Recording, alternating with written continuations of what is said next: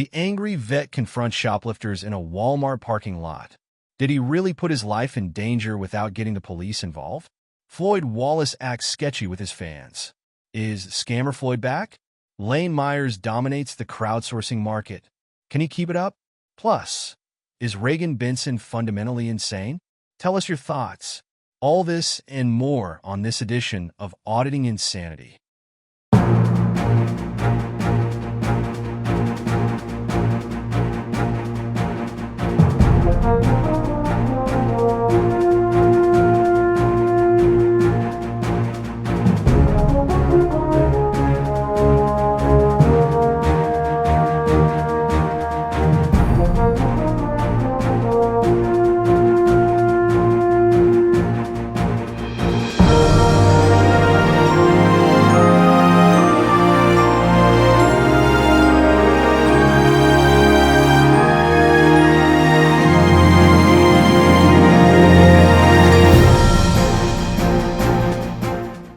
Good evening, and welcome to another edition of the Auditing Insanity Newscast brought to you by ReallyCoolNews. I'm AI Johnny Jones, and we're featuring all news stories tonight for January 8th, 2025. We got a packed show tonight, so let's jump right into things as we ask you to focus on: is Regan Benson fundamentally insane? It all started with bathrooms. Englewood, Colorado, is a small municipality located on the outskirts of Denver and currently has a population of about 34,000 people. It's a conservative town, but not very big, and relies on contracts with Denver to provide emergency services, including fire and ambulance services. Because of it being so close to Denver, cough on a side street and you're literally back in Denver. It shares some of Denver's problems with the growing needs to house both a homeless population and an immigrant population with little resources or ways to manage either population. Regan Benson says she's about homeless outreach and finding solutions to housing needs. She operates the Helping Hands for Dignity Coalition, a 501c3 organization that, unlike Kevin, the Angry Vet Soper's organization, is actually registered with the IRS, and she says it brings in under $50,000 a year, so she doesn't have to file a detailed tax return. Taxes are a big issue with Benson, as she's fiercely defensive of her organization and any sort of oversight or public knowledge of what she's doing with the money that she brings in. Remember that, kids. While she holds everyone else accountable, she doesn't want you to know what she does to maintain that tax-free status. Benson doesn't live in Englewood. Despite her now claiming to live in the fictional cities of Utopia and Rough and Ready, she lives in Denver, about an hour away from Englewood. She makes the drive nearly every day as part of her Batman-esque role in the city of Englewood, as, much like the Caped Crusader in Gotham, she's going to clean up the town. A lot of people's first exposure to Benson came when she and Christopher, Denver Metro Audits, Cordova decided to audit the Englewood Civic Center.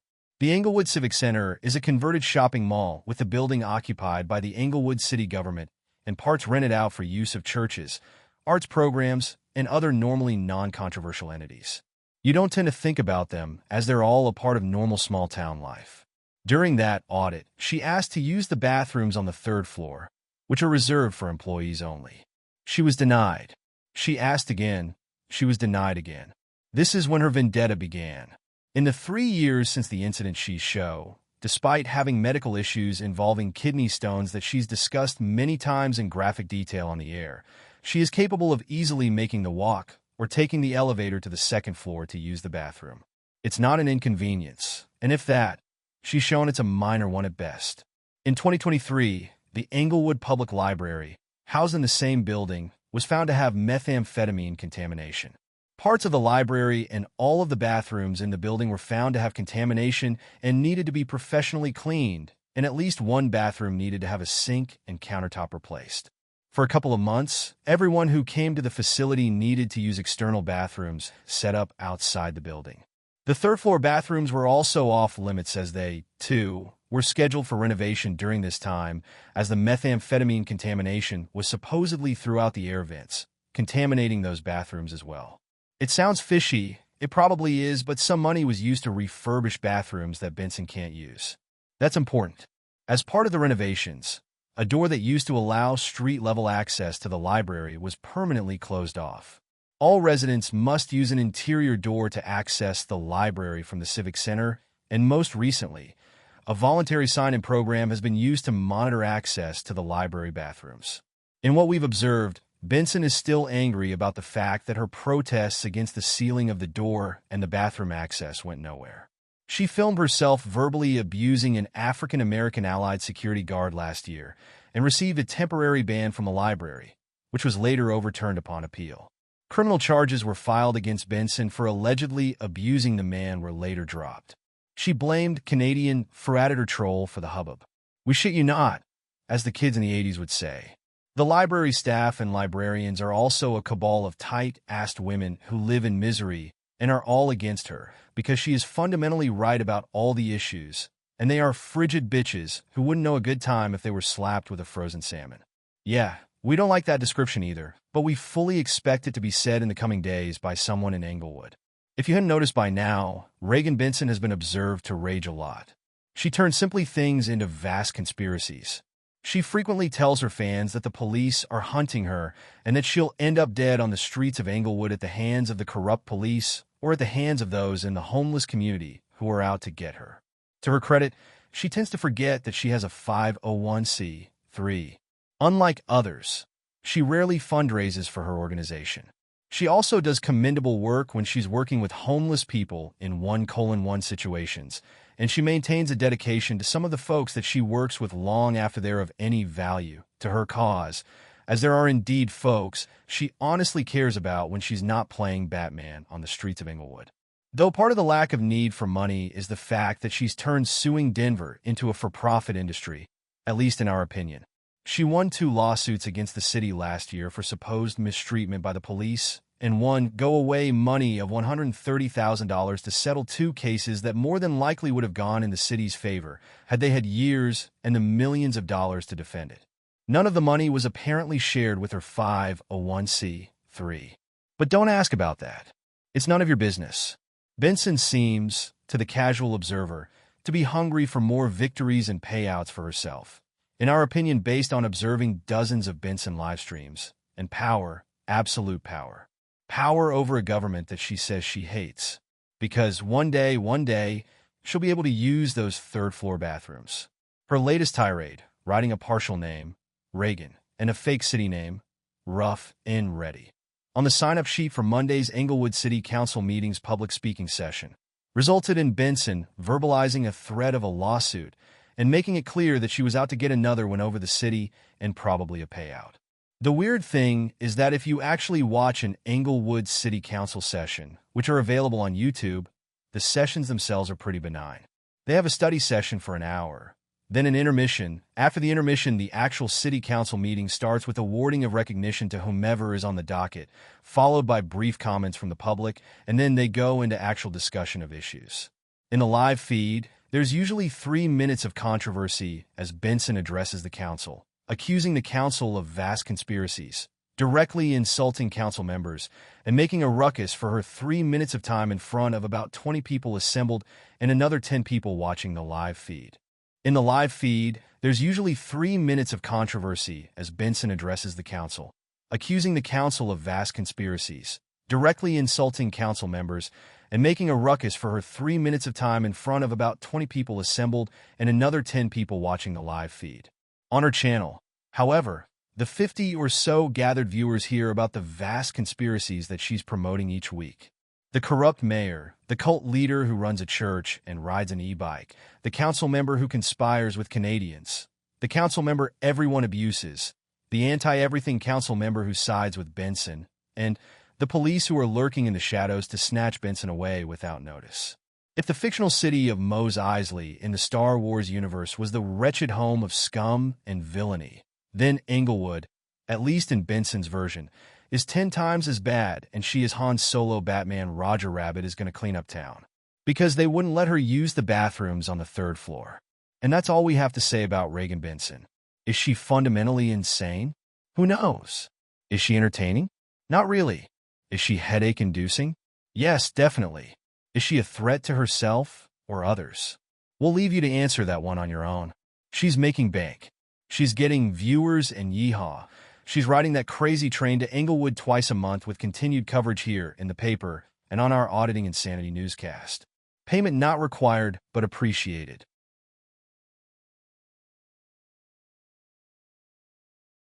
Lane Myers dominates crowdsource market again.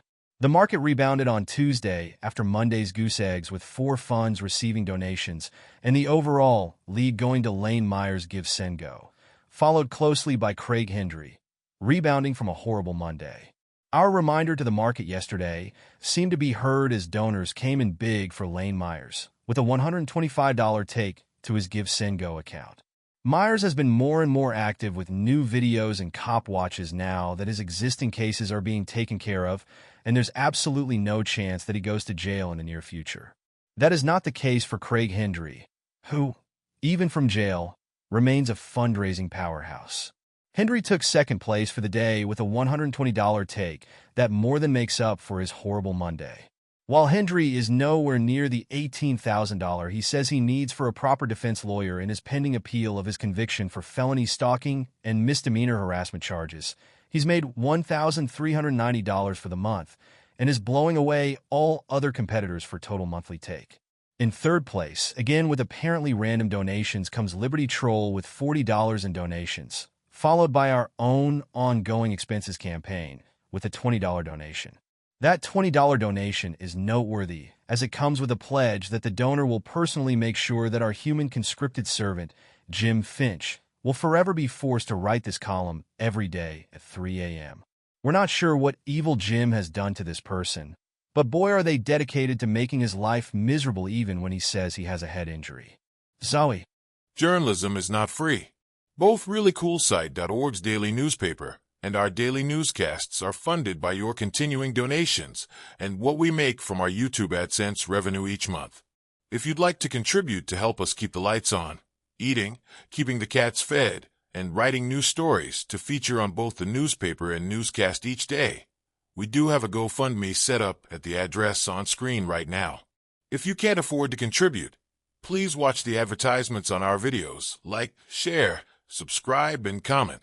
You can help by doing next to nothing, and we thank you in advance for pitching in.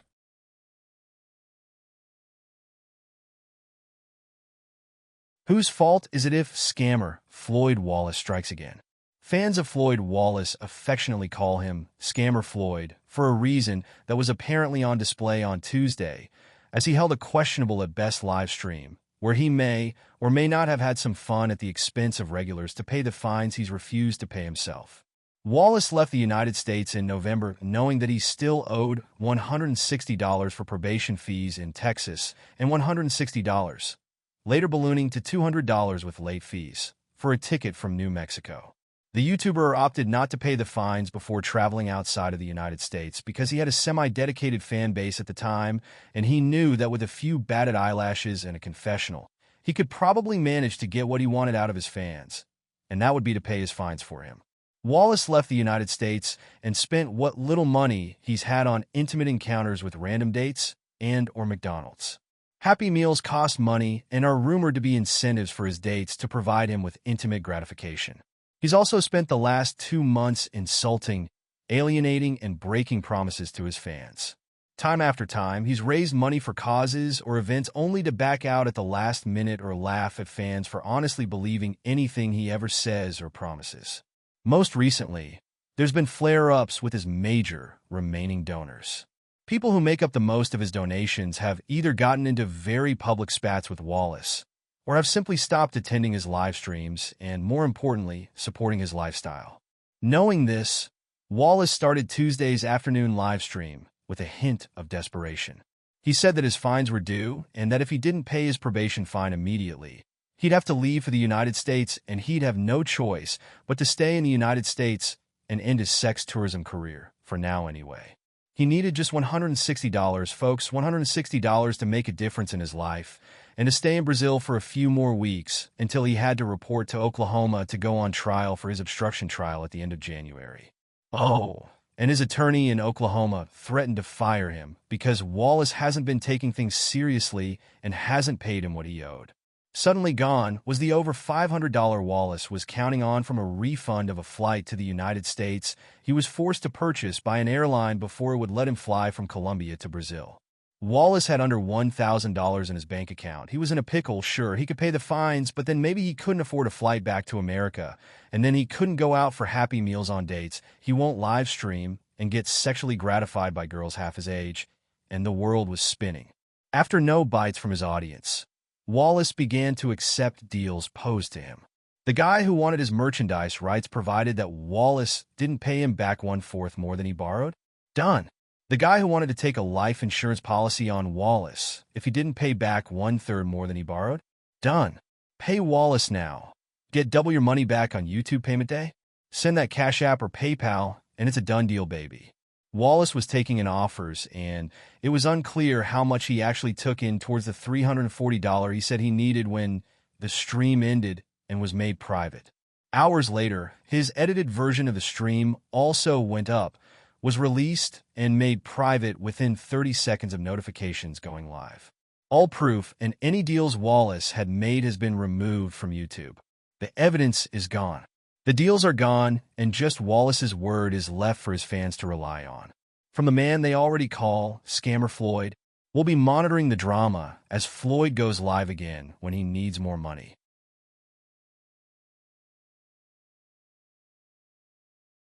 The angry vet confronts Walmart shoplifters.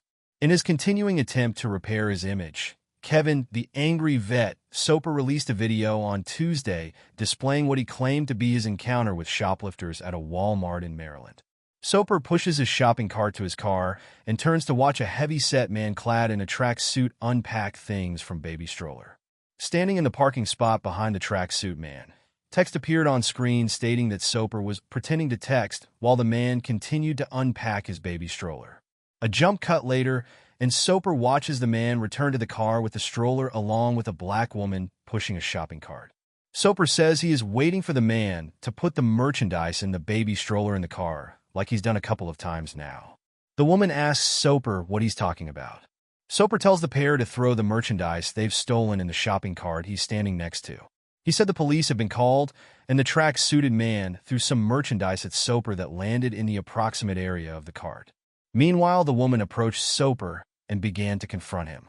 She said she had her baby in the car, and why it was any of Soper's business what she was doing. The pair had a brief exchange where she threatened to attack Soper, and Soper promised to defend himself. Ultimately, the situation resolved with the man and woman getting into their car as a third woman drove, backing out of the parking spot. The car either hit Soper or Soper hit the car with his hand as they were pulling out, and the man opened his car door and threw something back at Soper as the car drove off. Another jump cut, and Soper was strutting around the parking lot as another shopper asked if there were shoplifters. There was no further resolution, police involvement, or the involvement of any of the employees of the shopping center or Walmart in the video. Soper has made a name for himself recently due to questionable recent activity he's had with police. On 2 occasions, Soper has made claims that police either attacked him or were aggressively following him with no evidence offered or evidence offered behind a firewall. I'll release it when my lawyer gives me the okay. While stopping crime is commendable, the lack of police presence or backup from store employees makes Soper's actions questionable at best. He could have been involved in a very real and very dangerous situation of his own making. If it's Soper's attempt to reintroduce himself to the community as a Superman, he may think twice about repeating his actions before the attempted red rum he has advertised in the video has a more serious ending in future videos.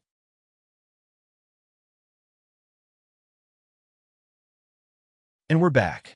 Tonight is another edition of the Not Another Freaking Gym livestream show at 8 p.m. Eastern, 7 p.m. where it counts, 6 p.m. Mountain, and 5 p.m. on the West Coast. Jim will be making Pope Phil to explain why he was armed with an electronic fuzzy eggplant. It's sure to be a shocking answer. So, how about stopping by tonight? Hope to see you there.